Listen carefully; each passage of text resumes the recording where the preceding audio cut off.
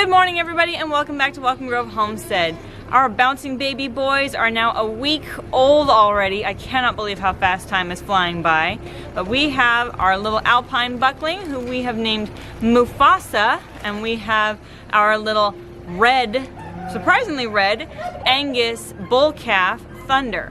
Little Mufasa was disbudded the other day. He is doing really good. He did really good during his disbudding, and we did get some footage of it, which I'll show you guys right now. So before disbudding our baby goats, we will actually shave their heads. That enables us to see the horn buds. You can see them here. It also clears away some of the hair so that it doesn't light on fire when we apply the iron. So it's for their safety and for our visualization.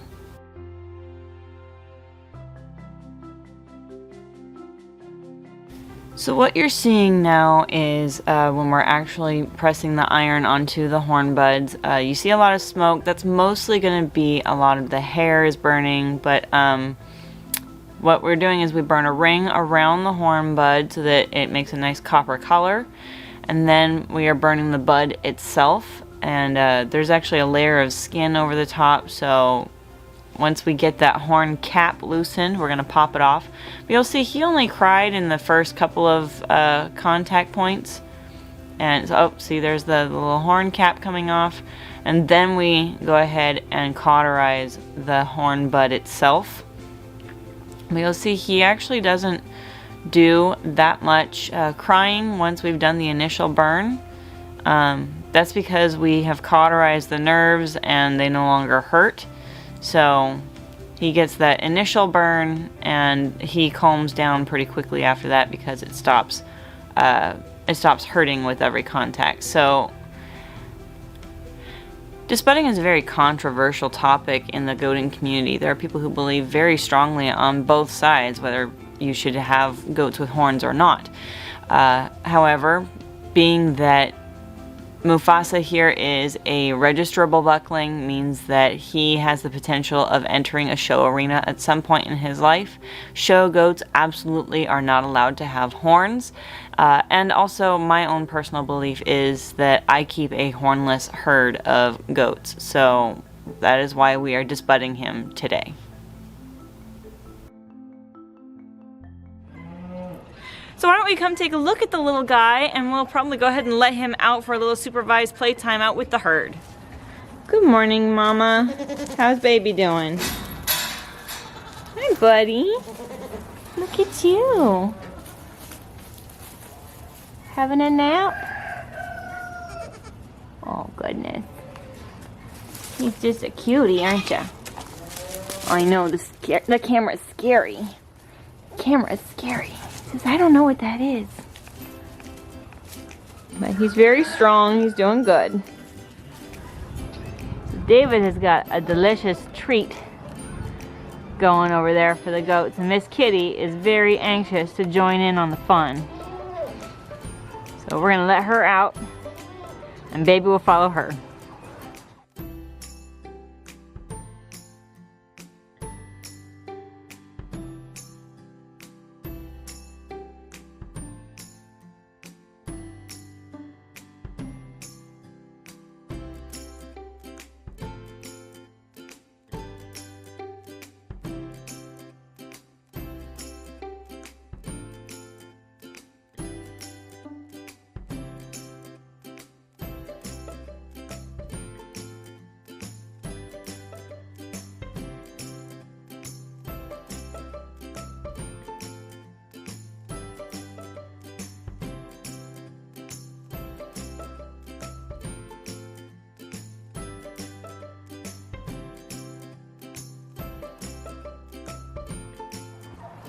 What do you think?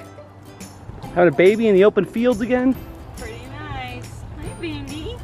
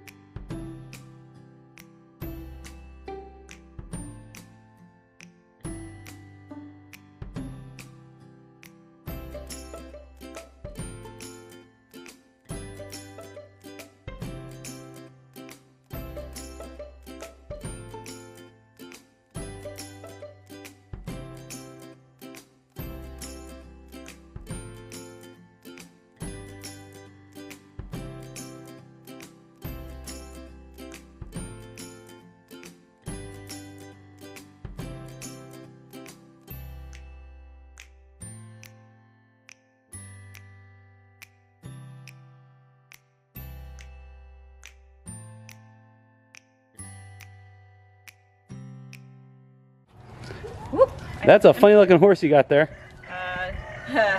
So Miss Mayhem is being treated for anemia because she got a heavy worm load and had to be chemically dewormed. Oh no.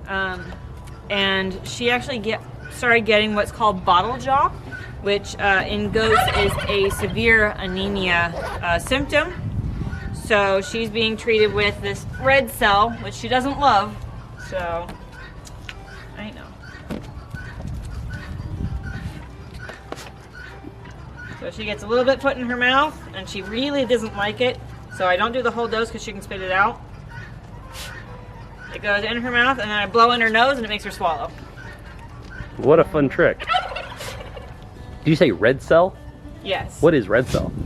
So red cell is technically marketed for horses, but there's really not a lot of medications that are specifically marketed for goats. But red cell helps replace the iron in their blood, which helps them produce more red blood cells. Interesting. So. Well, big girl. Now it's going to take a little while for her, it's called famacha, which is the mucous membranes. It's going to take a while for those to pink up still. So, but we check them regularly. Hang on, we'll go down there, we'll take a look with you. She's looking a lot better than she was. Okay, here we go. So, you're going to press down on the top of the eyeball and pull down and kind of pop that lower eyelid out. Okay. And it looks pale pink now, which is a big improvement. It actually was nearly white, which white is like, they're going to die. So, she's doing really good. I'm really happy to see it improving because she's due to have her babies her due date is in 10 days. Okay, so when you say worm load, you do a natural dewormer. How could that happen in pregnant goats or in other goats where they could still get worms in the midst of a regimen? There is a list of theories that I have. Because I ran fecals on everybody. I got my equipment to start doing my own fecal exams. And I found that Mayhem and Maggie and Kitty and Clover all had a significant worm load.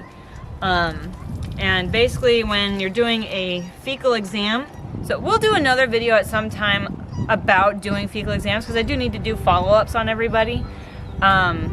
But basically, when you do an exam, you do a calculation that tells you how many worm eggs there are per gram of feces, and that kind of tells you what their worm load is. And if they're over 1,000, then you would deworm them. And we do have an herbal dewormer that we have been using, but I have found that my goats that have been on herbal dewormers their entire lives were clean. They had some eggs because you're never going to find a goat that has 0. If you get a sample that has 0, there's something wrong with your sample. But Betsy and Jane were both beautifully, perfectly clean. Molly and Arwen were clean. Surprisingly, Nestle was clean. Which, either she's a really resilient goat or she's not pregnant. Basically, pregnancy opens up a goat to a lot more health issues, and it can open them up to a worm load because their body is already under so much stress and it's working so hard to grow the babies that it can't fight off a parasite infection. So we ran a fecal.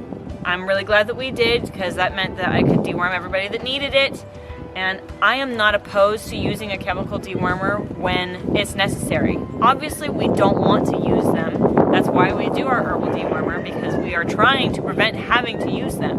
But in the event that I have to use one, I'm not going to think twice about it because I would rather have a living goat and use a chemical dewormer than try to stick with herbal and holistic and have the chance that it might not work and the goat dies. Like in the case with Mayhem, she was significantly anemic. It meant that she had a significant worm load. And basically she needs to be treated right now. If I tried to do an herbal treatment, that's more of a long process and unlikely to turn her around as quickly. So I'm okay with using a chemical dewormer when it's necessary. I would rather it not be necessary. Good to know. Hello, kitty. Where's your baby? And she got dewormed right after kidding because, again, their body goes through a lot of stress giving birth, so they can get what's called a worm bloom right after kidding. So it is a general practice to deworm after kidding. But again, I did a fecal to make sure she needed it.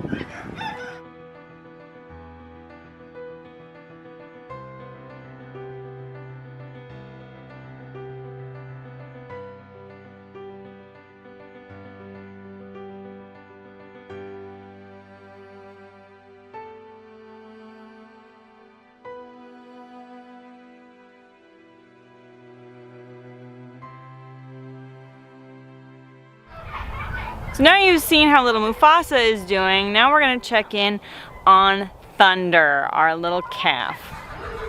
Good morning, Mama. You blocking that baby from the camera? Hi, Rapunzel. Can we see Thunder? Yeah? Hi, Mom. There he is. Hi, Thunder. Hi, buddy. How you feeling today? Doing good? Yeah? Well, we'll get you your bottle, buddy. All right, Mama. You ready for your grain? Thunder! Thunder! So why am I feeding Thunder a bottle? The reason is that Rapunzel has not been producing enough milk for the little guy. He started to get really lethargic. He wasn't doing very well. And so by day 5, it was that we had to intervene or he just wasn't going to make it. So Rapunzel, just for some reason, has not produced milk for him. So I am now feeding him Claire's milk. And he is bouncing back. He's doing a lot better. He's got energy. He's putting weight on. So that is why we are feeding him a bottle. We decided not to pull him completely, at least at this point. I just wanted to see if maybe his mama's milk would kick in if we were feeding her some grain. So we're trying to increase her protein, but still keep the baby fed. So he's getting a bottle of milk while she's getting some grain.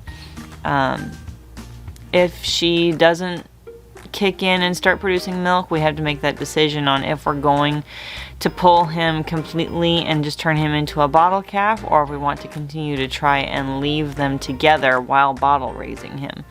Because she still protects him, she still takes care of him, she's just not really feeding him enough.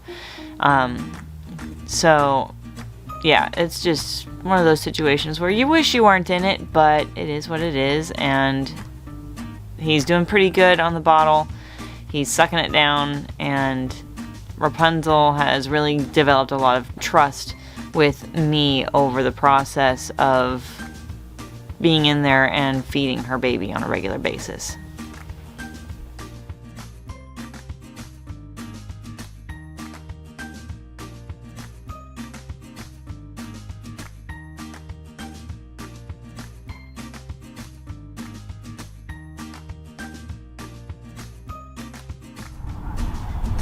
Hey, buddy.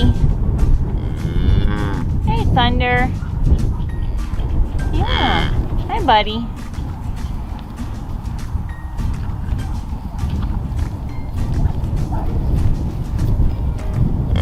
Hi, buddy.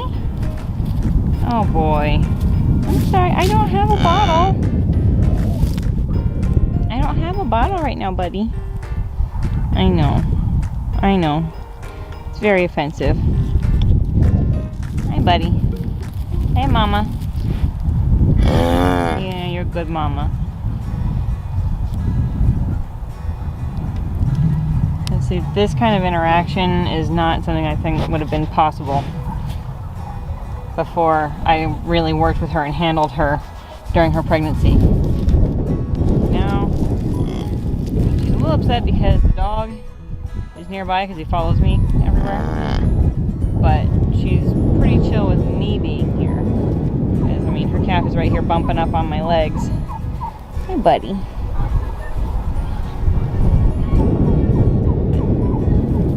Really proud of how far she's come with regards to being handled.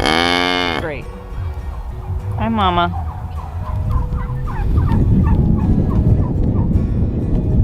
One beautiful little boy. He's finally taken off after a week. Buddy? Oh dear. You just really want to suck on my fingers, don't you? Yeah, there we go. The dog retreated to a safe distance. Hey, Mom. Yeah, he's okay. Huh. He's okay. Away he goes.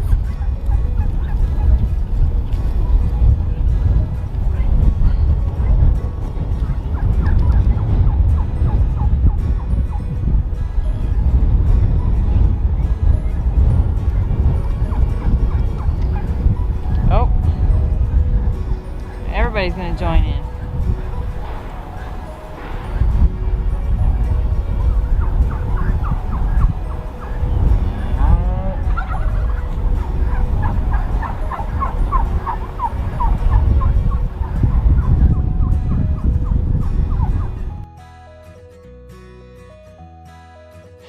Well, little Thunder back here certainly had a little eventful afternoon today. I went out to collect the footage that you guys saw of him just now out in the field, and I went out into the field and Rapunzel came running toward me hollering. I'm like, what's going on? Normally when someone goes into the field, she'll kind of run over to where she stashed her baby and she'll kind of stand guard over it. And I was like, okay, I'll follow her, see where the baby is. And she takes off running up the fence line all the way up to the barn, yelling like the whole way. And she would like run up and then kind of come back and check with me and yell, and then run up and then come back and yell. I was like, what is going on? So I followed her all the way up to the barn, looked around, no baby. She's like really starting to freak out. She's yelling, she's calling, she's not aggressive, but she's obviously agitated. So I was like, oh my gosh, you lost the baby. So at that point it was like, well, I gotta go search the whole field. So I went and got our side-by-side and went and started checking the fields. She starts running across the fields, following, and we found him relatively quickly. He was up against the fence in the back pasture, and she had just apparently forgotten where she left him, because I had seen him there hours earlier when we drove by. You could see him from the road when we were coming home from the feed store, and she totally forgot where he was. She was so freaked out. She calmed down the second she found him, and I got out and checked everything. Everyone's fine. And she was much calmer as soon as she found her baby. But it was a pretty stressful few minutes. And I'm pretty sure that when she was doing all this back and forth, she was thinking, like, you're his co-parent. You help feed him. You better help find him. So it was a little bit of an adventure.